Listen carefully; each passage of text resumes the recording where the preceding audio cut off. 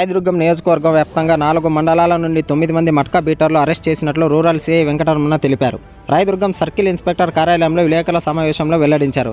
బీటర్లు వద్ద నుంచి 182,345 రూపాయల నగదు, మట్కా పట్టీలు స్వాధీనం చేసుకున్నట్లు సీఐ వెంకటరమణ తెలిపారు. ఎవరైనా ఆన్లైన్ బెట్టింగ్లో అసాంఘిక కార్యకలాపాలకు పాల్పడితే ఉపేక్షించేది లేదన్నారు.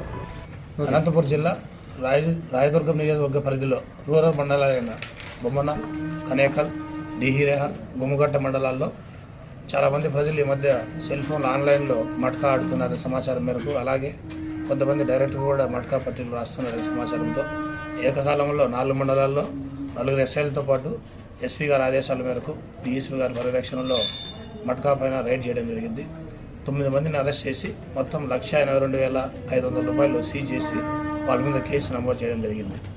ప్రజలందరికీ విజ్ఞప్తి అండి, మట్కా ఆన్లైన్లో కానీ డైరెక్ట్గా కానీ మట్కా, పేకాట, బెట్టింగ్ ఇలాంటి చెడు వ్యసనాలకు అలవాటయ్యి చాలామంది ఈ మధ్య సోషల్ మీడియాలోని మీడియాలో కానీ చూస్తున్నాము.